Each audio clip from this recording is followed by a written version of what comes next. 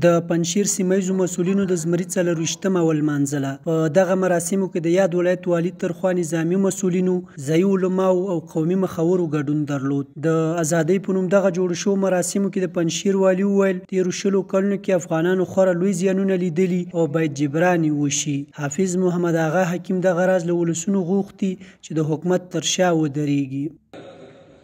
و اما افغانها بودن که برای امریکایی ها و صلیبی ها در 20 سال گذشته برشان جاسوسی میکردن، برشان غلامی میکردن و افغانهای غیور را سر اونها اسیر و شهید و زخمی میکردن.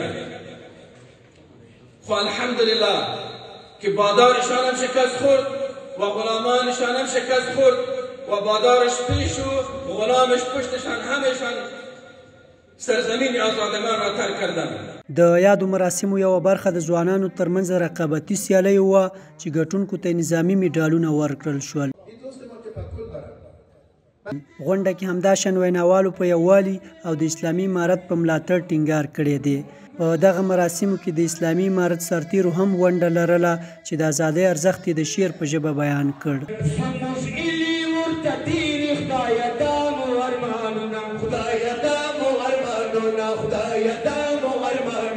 د علمي سنگر سلمي دي، د علمي جهاد فوزونه، د علمي جهاد فوزونه، د علمي جهاد فوزونه. سپین قطار بیخي خون کې لکه سپین ستوري د شپو بدرګه ورسره وکړئ بلول جنګ تکبیرو نعره تکبیر الله اکبر نعره تکبیر الله اکبر الله اکبر.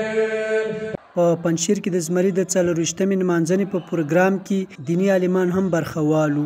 دوی وویل اسلامي امارت هیواد ته لوی امنیت راوستلی دی او باید ساتنه یې وشي. درماست ایمان ماست با والله یارم در بگیم بیاین میشه رسیده کنید. اگر وحدت یک پارچگی خود را حفظ کرده، اگر یک پارچه یک جوته شدید دیگه دشمن سر منگول زدن میکنه.